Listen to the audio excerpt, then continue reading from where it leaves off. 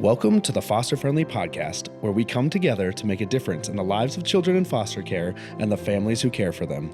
Foster Friendly communities are part of a nationwide movement by America's Kids Belong that helps people from all walks of life take action and help kids and families thrive. You'll hear from former foster youth, foster and adoptive parents, social workers, faith and business leaders, and other experts on how to engage in meaningful ways. Our hosts Brian, Travis, and Courtney explore inspiring stories of everyday people making a difference in foster care where they live and work.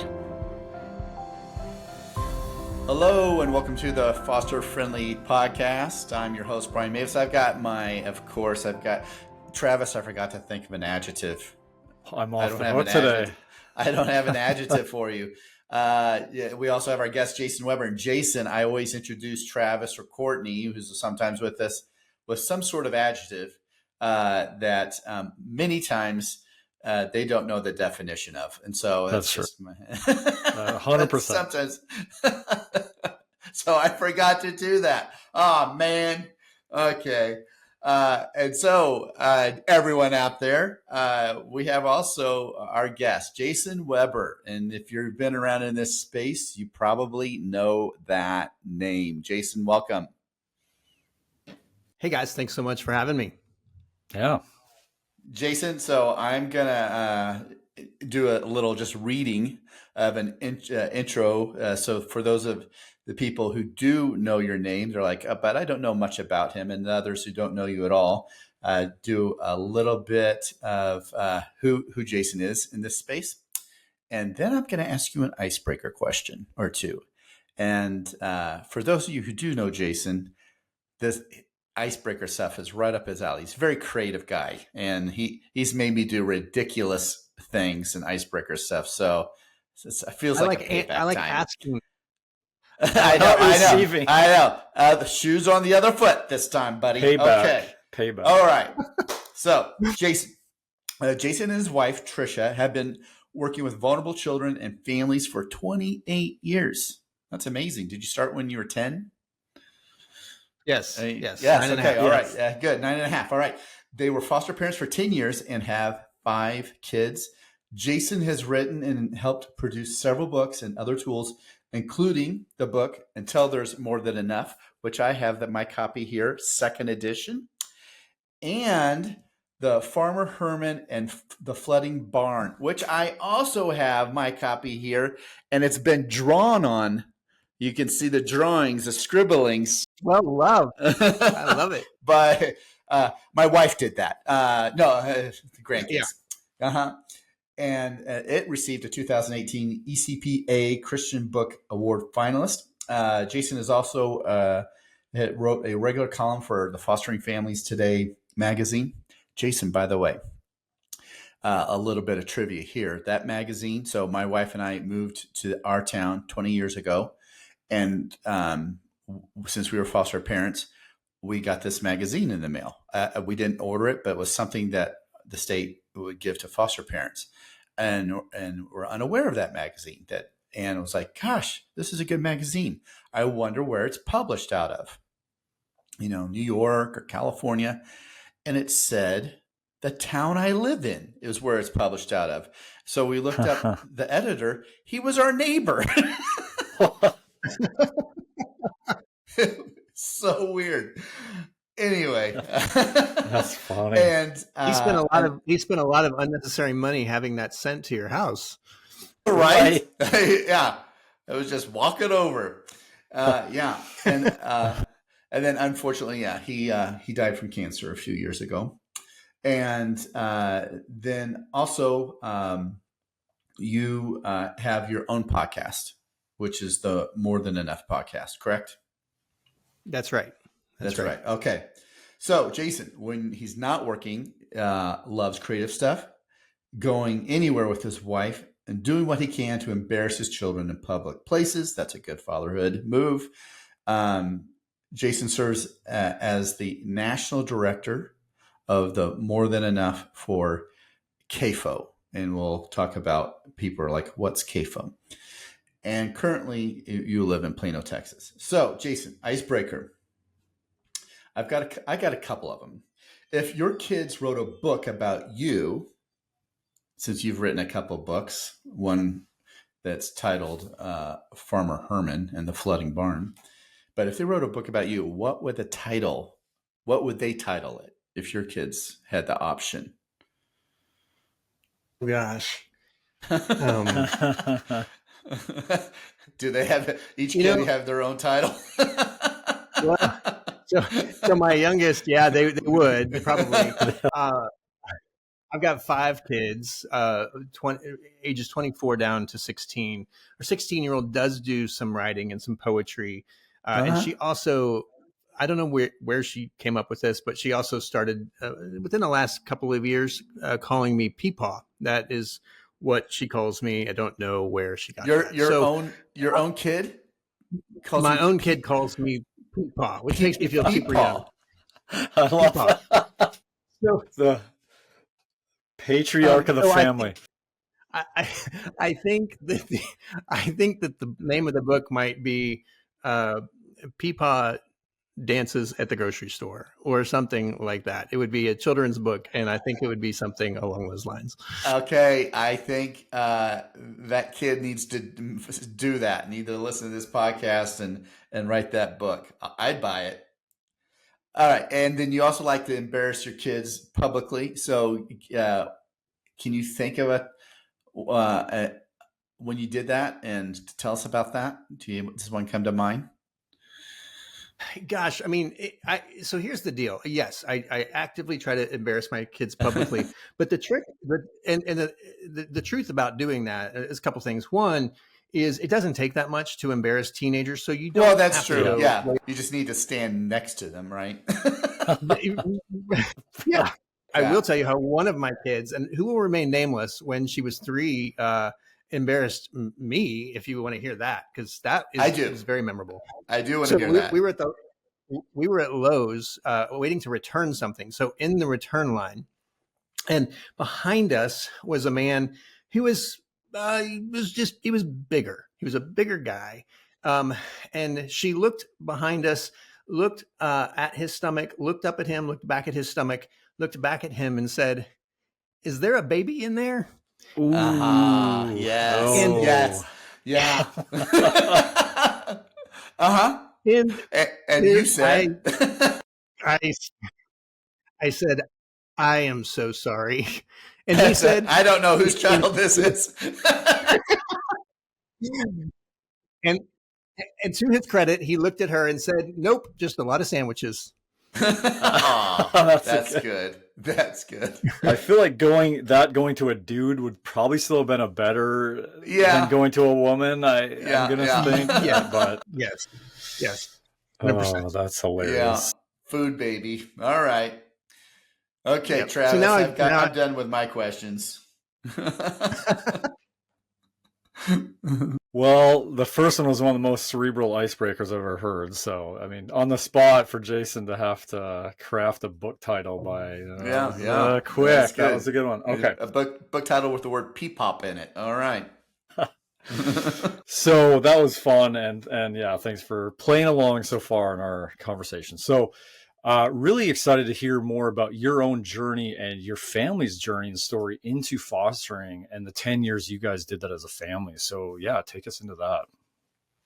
Yeah. So, I'll start with my wife and I met in college at the University of Kansas, Rock Chalk, and we dated throughout college, and we decided that we wanted to wait until we graduated to get married. So we waited 6 days. 6 days after we graduated, we got married. And we started out, we graduated with social work degrees. I went into college to be a band teacher. She went into college to do pre-med. Both of us came out as social work majors, knowing that we wanted to live our lives on behalf of the vulnerable. We didn't know exactly what that looked like, but we moved into an inner city community, actually in Denver, for the first 7 years of our marriage. And we lived in that community, and we worked with children and families there, and worked and served local churches there. And one of the things we realized fairly quickly is that over half the kids that we were working with on a weekly basis had been touched by foster care at some point in their lives. And for us, so for some of them, they were back living at home with grandma. Some of them, they were in foster care or in a group home. For some of them, they went into foster care while we knew them.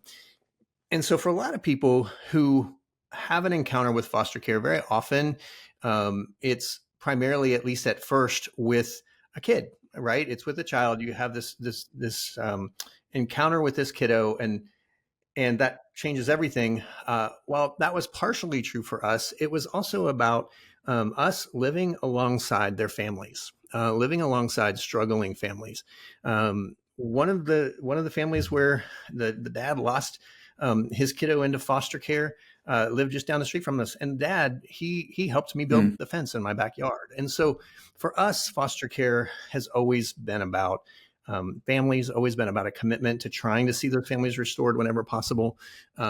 But through that process, we began to realize that just as a practical matter, it would be good for us to become foster parents. So at about 25, 26 years old, we did the paperwork to become foster parents. You guys know there's a lot of paperwork involved with that. And one of the pieces of paper talks about the kinds of situations or backgrounds or things that you would or would not be willing to have in your home, right? Would you be willing to take a child who's experienced physical abuse? Yes, no, might consider. Would you be willing to take a child who has a hearing impairment? Yes, no, might consider. I don't know all of the yes, no, and might consider boxes we checked, but I'm pretty sure about a couple of them. And one of them would have been, hey, no sibling groups, like just one at a time. Like we're 25 and 26 years old. We've never parented. We don't know what we're doing. Who would entrust us with more than one kid? Right. And then the second thing would be no major medical needs. Like it didn't probably even cross our minds that we would say yes to medical needs because, again, we didn't know what we were doing. And our belief at that time would have been that, oh, I'm sure there are plenty of nurses and doctors and physical therapists and folks who have training that are foster parents that can take in those kids. And so we will take in kids that don't have major medical needs. Mm-hmm. So, of course, we get the first call from our social worker, and she's, you guys already know where this is going. She said, hey, we have these preemie twins. They've, for those of you that are bad at math. That's more than one. It's more than one. Yeah. They've been in the hospital 3 months. They were 10 weeks premature. They dipped under 2 pounds. One of them had open heart surgery at 11 days old and almost died. They might have cerebral palsy, but we won't know that until they're 2 years old. What do you think? Well, I mean, I'm thinking you didn't read my paperwork. Let's start there. But what they did in that situation, which is unusual for foster care, they don't usually do this, but she said, because their medical care is so great, why don't you come down and meet them? You don't have to say yes. You usually have to say yes, and then whatever comes. But they said, because the medical care is so great, why don't you come down to neonatal intensive care and meet them and figure out what's involved in their care, and then you can make a decision. And so my wife, being who my wife is, the most compassionate person I've ever met, said, well, they said we didn't have to say yes. Let's just go down and meet them. And so also, you know where this is going. So, it's all over right then. That's all. And so we go down to University Hospital, downtown Denver, and we go up to the neonatal intensive care unit. And one thing to note, too, is that I came from a town of 1,200 people in the middle of Kansas. So I came from a very small town. There were certainly more people in that building that day than probably in my entire town. And there were a whole lot of babies in that unit. I could not believe how many tiny, tiny babies there were in that unit as we walked through. And we got to the end of the unit. We opened up these sliding glass doors, and there was a giant steel crib with these 2 little baby girls in there with tubes and cords running everywhere. And as a kid who grew up on a farm and grew up, in rural Kansas, and I think this is true for any male growing up, is we're always asking ourselves the question, do I have what it takes? Like, do I have what it takes to jump over this creek without getting wet? Do I have what it takes to ride on my buddy's handlebars down this hill without cracking my head open? Like, do I have what it takes? Well, I'm looking over the edge of this crib at these 2 baby girls with these tubes and cords, and it's pretty apparent to me that I do not have what it takes. And as we prayed about it that day, and as we learned about what it would take to care for them. The thing that God impressed on me more than any other thing, the thing that the biggest thing I came away with that day is, Jason, it doesn't matter whether you think you have what it takes. If I've called you to do this, I will equip you to do it. And so with that, we said yes, and we brought them home. And it ended up being a 3.5-year case that did end up in termination of parental rights. And those two preemie twins are now 24, about to turn 25. We fostered for 10 years total. And we had some kids come and go, but most of the kids that came to us ended up staying, and we ended up adopting 5 out of foster care. In the middle of that first case, that 3.5-year case of the twins, we were interacting with all kinds of social workers and lawyers and doctors and physical therapists, and they were coming in and out of our house because they couldn't go a lot of places. So we had a lot of folks in our home. And the question that kept coming to our mind is, what would it look like if the church were more engaged in this space? And secondly, what would it look like for us to spend the best hours of our day working toward that end? What would it look like for us to begin to use our lives to help the church figure out how to engage in this space? And so that eventually led us to transition from inner city ministry to doing the kind of advocacy for adoption and foster care we've been doing now for the last about 22 years. Wow. I'm familiar with your story, but didn't know some of those details, and that's powerful. Yeah. So when you started thinking about that and transitioning from inner city ministry to help now focus on that solution of what would it look like if the churches were more involved and equipped, what did you do? Like, did you immediately go to CAFO or? No. In fact, we were part of a ministry of Cru. It was Campus Crusade for Christ at the time, now called Cru. And that was the inner city ministry we were a part of.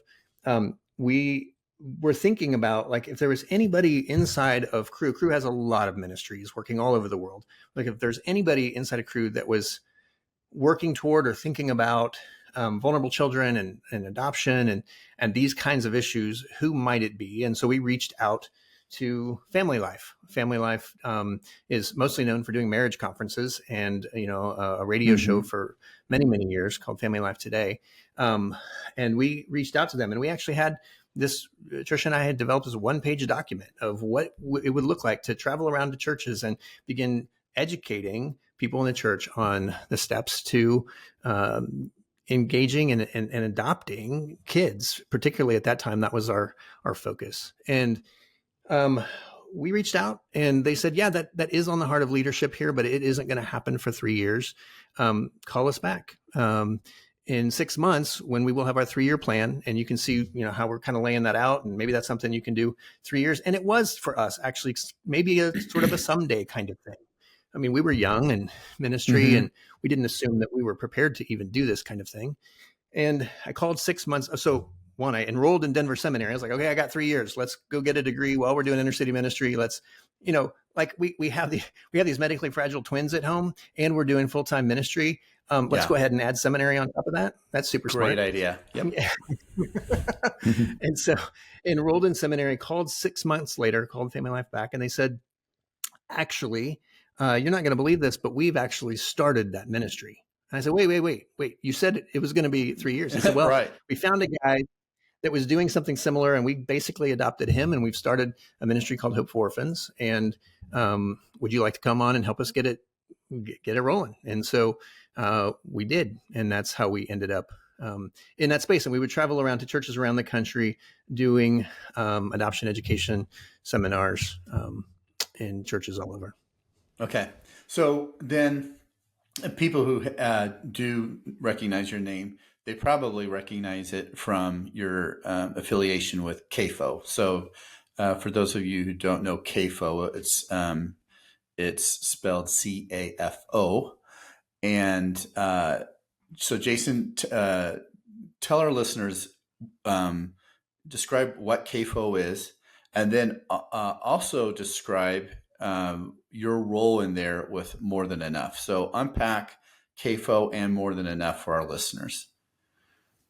Yeah. So I mentioned that I worked at Family Life. And so the president of Family Life, Dennis Rainey, he actually asked my boss at the time, he said, hey, is there anywhere where Christian organizations and agencies are getting together to figure out how they can work together better? And the answer at the time was no, not really. I mean, they run into each other at other conferences, but there's no place where they're uniquely, gathering together. And he said, well, let's do it here at the Family Life building. And so 28 leaders were invited and gathered from various, different churches and organizations and agencies. And what year was that? That was back in 2004. 2004. Okay. All right. So 21 years ago. So okay. Yeah. So those leaders gathered there at the team room at Family Life. And that first gathering, called a summit, was followed up by a second gathering also in Little Rock.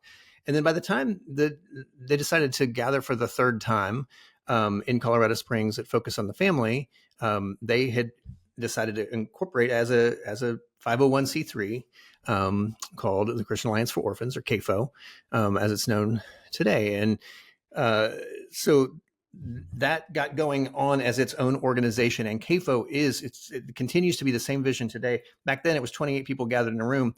We're about to gather for our 21st summit. We're already at over 2,000 people coming, 300 member organizations working in adoption, foster care, and care for vulnerable children around the world. And the vision is still the same. What can we do together that none of us could do on our own? And how could God use us if we were willing to set our logos and egos aside and do that? And that continues to be the vision.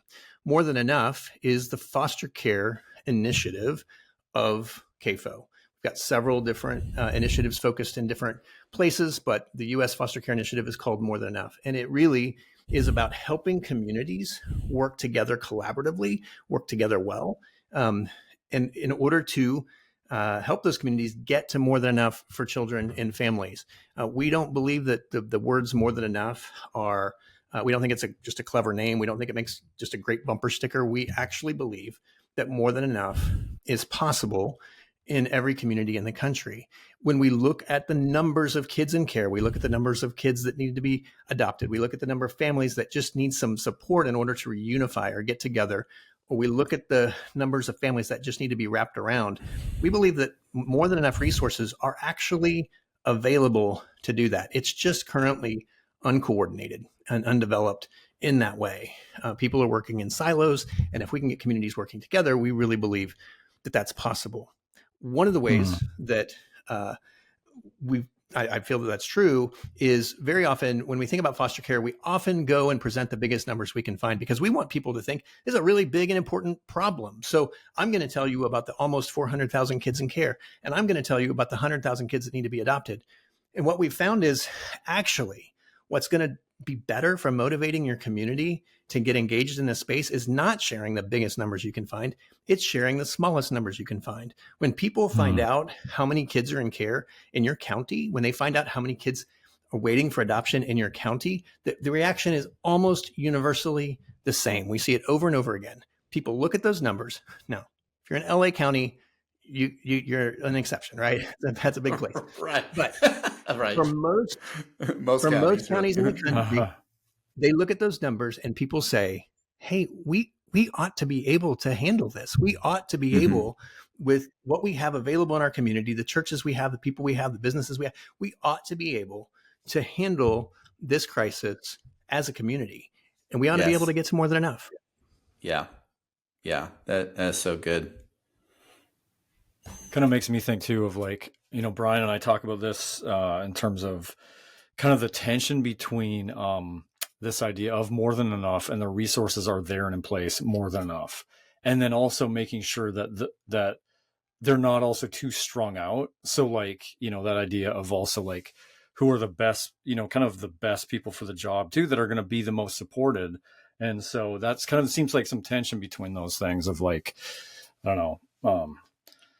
Those different ideas of the numbers are there, but in terms of also like, how can, if that church, for instance, that doesn't have enough support inside its walls is not going to last or give the foster parents the best care they can. So it seems like that's right. kind of yeah. That's right. So, well, and sorry. Yeah, no, go ahead. Well, I was going to say, the way we describe it is, let's say you guys are going to go down and you were going to buy your dream car, and they didn't have it on the lot, so you're going to have to special order it. And so you talk with the salesperson, and you go into the office and you look at all the options and you pick exactly what you want, the color seats you want, all of the features. And the salesperson says, hey, it's going to take a few months, but we're going to deliver it, and we'll actually deliver it to your house. So a few months later, you're at the grocery store, you're shopping, you drove there in your boring old car. And while you're shopping, you get a phone call from the salesperson, and he says, hey, we've delivered your car. It's at your house. And so you hurry up, you check out, you get that last box of cereal, and you jump in your boring old car and you drive to your house. And as you come down your street and you pull up to your house, you look in the driveway and you're a little surprised by what you see, because there in the driveway is a stack of brand new tires, the body of a car, a steering wheel, Right. some spark plugs, and a whole lot of parts that you have no idea what they do, but they look important. And so is that a new car? Well, I mean, I guess technically, is it going to get you to work in the morning? No, it's not. That is what we have in foster care in our communities. There's tremendous effective programs happening all over the country. Churches are doing unbelievable things, way more than maybe 20 years ago when we first got into this. And yet we continue to struggle with putting something together in our community that actually gets children and families where they need to go, because we have a shiny new program, but it's not communicating well with the other parts of the ecosystem. And so we talk about the foster care system versus the foster care ecosystem. And very often when people say the foster care system, they almost always exclusively mean government. And when we talk about foster care ecosystem, and this is the heart of what you guys do, right? It's not just government, but it is churches, it is agencies, it is service organizations, it is businesses, it is foundations and donors. This ecosystem exists. And if we can effectively mobilize the ecosystem and help the ecosystem to work together and run together well, we have a much better chance of getting families where they need to go. Yeah. Preach. Yeah, well said.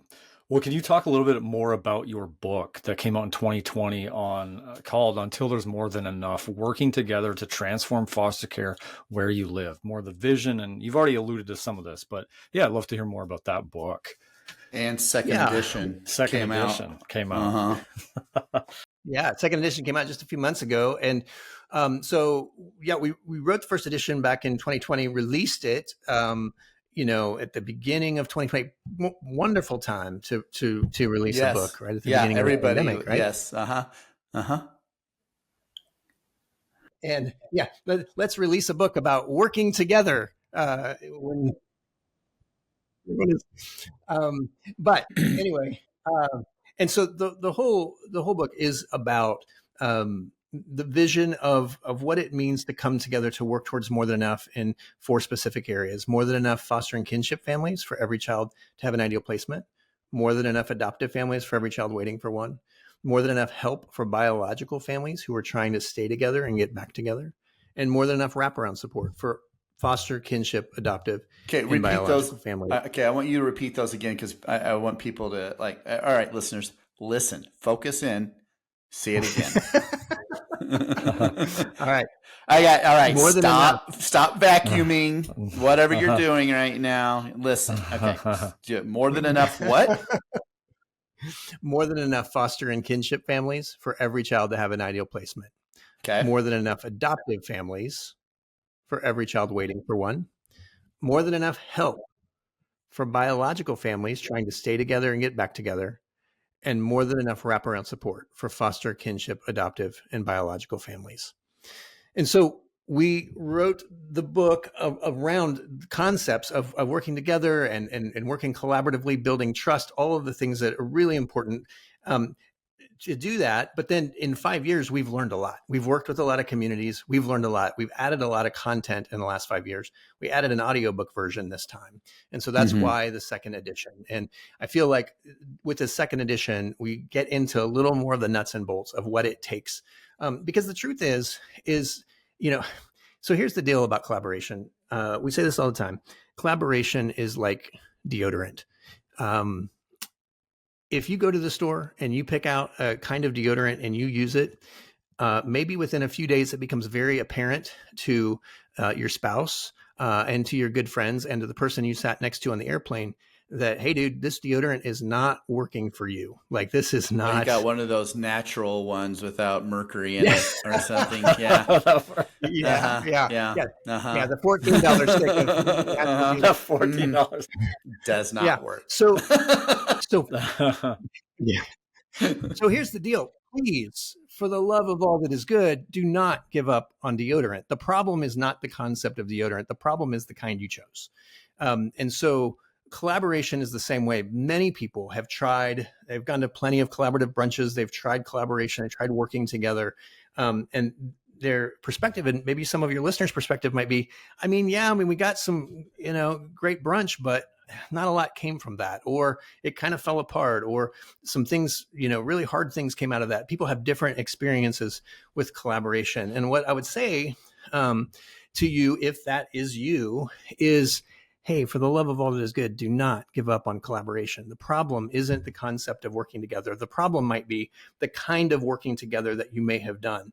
And there are things that we know, both, I'm a person of faith, so I'm going to speak from that perspective, but there are things that we know from the pages of Scripture about how to work together well, how to resolve conflict, how to live in unity. There are things, if we follow those instructions, that gives us a better chance, right? And then there's a lot we also know from social science. We know from collective impact literature, for example, some of the things that are absolutely necessary in order to help make collaboration work and help make collaboration last. And those are the kinds of things we get into in the book and really discuss how to do this so that it works and so that it lasts.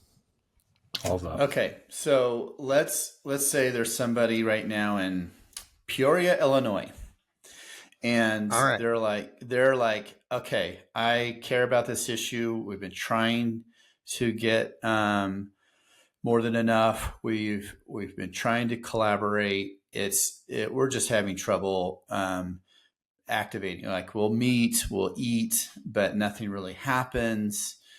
What advice do you have? Maybe not just advice. What resources do you have? Like, would you say, well, visit this site? Like, what would you tell this person? Yeah, well, absolutely. I think there are a few things that, as you begin to, and this happens all the time, right? We meet, we start talking about it, and then we're just not quite sure what to do next. And I'll be real honest with you. When we started out, and actually when we wrote the book, I was kind of under the mistaken impression that we would write a book, we would do a podcast, we would, and people would just like begin doing this. Like, it would just happen because people would. And what we've realized over the years is the truth is, people need a person. And that's not just true for foster care collaboration. That's true for exercise. That's true for just about anything we want to do that's worthwhile. We need somebody to walk alongside us. And so over the last couple of years, we've made a real concerted effort to create spaces and places and build our courses and build the resources we have in a way that creates an environment where you walk with other people through. We walk with you through these processes. So we have a More Than Enough fellowship program, for example, where a group of, it has to be at least 4 folks from different churches, organizations, and agencies coming together. And because we're coming from a faith perspective, in our case, we're asking for at least 2 of those to be churches, but it can be at least 4, it can be more than that. And we're going to walk with you through a 9-month to 1-year process of learning the essentials of collaboration, going out and having the right conversations with the right people in your community and discovering what the real gaps are, what the real needs are, and then coming to some kind of consensus together about, okay, there's a lot of things we're doing individually and doing them well, but what is 1 or 2 things that are high leverage that we can do together that will make the biggest difference for children and families in our community? And how do we begin doing that together? And not only does our fellowship program provide some of those rails, we provide some funding, some matching funding. It's modest, but matching funding to help that process along. And so we're seeing, dozens of communities all over the country that we've been able to walk with over the last couple of years begin this process of actually setting up a foster care, a local foster care network that begins to look at these things and begins to grow in these areas. And we would love, for anybody who's interested in that, we would love to be able to walk alongside you to do that. You can find information about that at morethanenoughtogether.org. That's morethanenoughtogether.org. Great. All right. And you don't have to be from Peoria to do this. No. So you don't have to be from Peoria. Yeah. So any town, America, if you're interested in that, start there, and you won't be walking alone. Okay. So Jason, you did mention the foster care system and ecosystem. So curious, if you could change one thing about the foster care system, what would it be? Like the government part of that in particular? I'm going to let, this is a question that's part like A and B. So first the government, and then second, we'll talk more about the ecosystem. Gosh. I spend so much of my time thinking and talking about how we can contribute and change as an ecosystem. And I actually intentionally, don't talk a lot about what government needs to change or do, because here's the deal. I feel like we can't, from a faith perspective again, but we as the church can't stand around and just point out potholes and go, hey, there's a pothole. There's a pothole.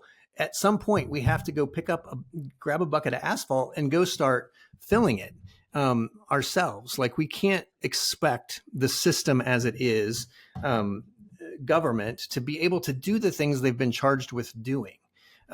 Restoring broken families, giving the relational kind of context that's needed to do that. Well, that's an impossible task for a government agency to do. And so it's going to require a community. So I think, if anything, like in terms of focusing on the government agency itself, is, if I could change anything, it would be that they would have the opportunity to work with people in their community and people of faith that are That's my people answer of yes. truly goodwill who are willing to stick it out, because government has had plenty of experiences with people of faith who've come in and said, we want to do a program, and then they're gone, 6 months later. So same with the whole deodorant thing, right? They've had bad experience in the past, but what I would want is that they would have the opportunity, and we see it all over the place, where they are skeptical, but then they get the opportunity to work with some unbelievable people who in the community who desperately want to do what they can to help. And they stay with it, and they stay with it through the hard stuff, and they stay with it for years. And minds are changed on both sides. And that's what I would most want for the system. That's my answer too. Yeah. Okay. So then what would you want to change? Not just governmental, so think more, maybe when we say system, think ecosystem. If you had a magic wand, what do you think you would wish could happen that would make a big difference? Well, I'm very thankful for the things that the organizations and do as a result of meeting in their boardrooms and working with their community and figuring out what needs to be done. I'm very thankful for the things that churches do as a result of having elders meetings and developing programs. I'm very thankful for all of that stuff, and I want that stuff to continue. But what I want is that communities would begin to say, all of the programs we can muster up individually as organizations and as churches will not get us where we need to go. It will not get us to more than enough. The only way we're going to be able to do that is if we look at foster care together and we begin to examine it together, and we begin talking about, hey, how not only hey, let's get together and talk about what we can do and what we should do, but let's also get together so that we can figure out what to stop doing, because there are a lot of people doing a B- job at something that somebody else is doing an A+ job at. And if they would only spend a a few hours talking to each other, they could figure that out, and they could stop doing the B- job, and they could focus on their A+, and somebody else could focus on their A+, and we could actually begin to move some dirt in foster care. But that's only going to come when we realize that the answer to foster care in our communities is not your program. The answer is when you join with others, leveraging the gifts and talents you have in coordination with the gifts and talents of others. That's when we begin to make exponential change. Yeah. There is no one solution. It's that willingness to be humble and team up. Jason, I think I got this line from you. I use it a lot, and my team knows, I tell them, if you're going to steal, make sure it's from a good neighborhood. So this is a good quote. I think I got it from you. People have heard me say it, and I don't credit you.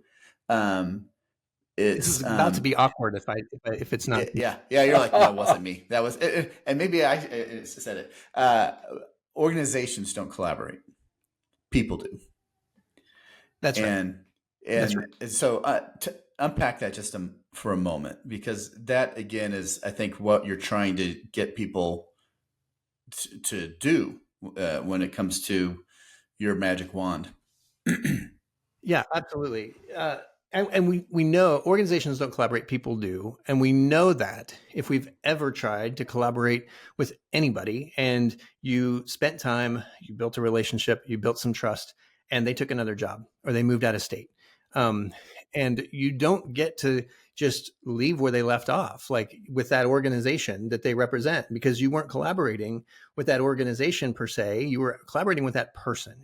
You built a relationship with them, because collaboration is built on relationship, and relationship is built on trust over time. So we have a pyramid that is collaboration, relationship, trust, and time.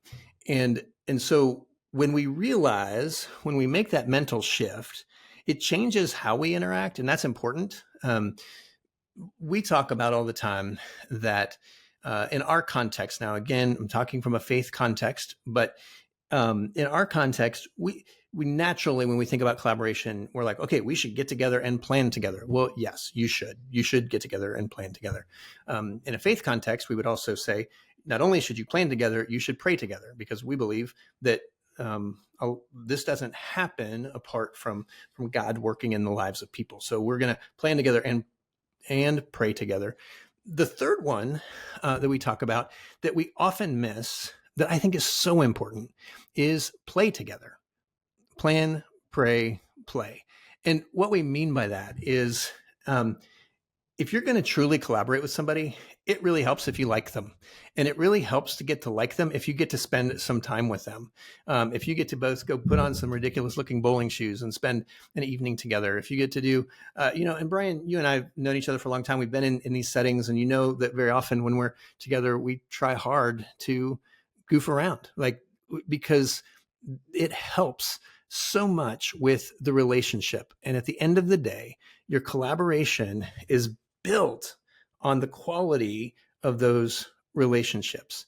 When you think about every person in your community that's working on foster care, if you were to spread them out all over the grass in a big park, and you were going to ask them to be connected by something that represents the strength of their relationship, the truth is you would have a whole bunch of people that weren't connected by anything, right? They don't know each other yet. You would have some people who'd be connected by toilet paper, like they've met. Now, toilet paper it isn't completely worthless. Like we know that from the pandemic, like it has value, but it's not a great connective material, right? It's easily broken. You'd have some people in your community who are connected by a ribbon, some by yarn, and some by rope. And the folks that are connected by rope have done some life together. They have seen some hard things together. They have gone bowling together. Like they have learned to trust each other. And the strength of the collaboration in your community is really dependent on how many of the folks in your community are connected by rope. And so what's cool about that is you can actually right now, you could go make a list of the people you know in the foster care space in your community, and you could write those materials out next to them. Hey, I think I have a toilet paper relationship with this person. Now, don't tell them that, right? But, but, and then next to that, say, here's the thing I'm going to do to try to move that relationship from toilet paper to ribbon. I'm going to ask them out to lunch next week. And we just continue to do those things to move towards rope. And when we make rope, then that's when we start making collaborations that work. That's good. So yeah, our listeners, so you don't have to say, hey, let's have a meeting and figure out how to work together. You might want to just say, invite people over for dinner, or say, let's go bowling or do an escape room or something like that, just to start building a normal relationship.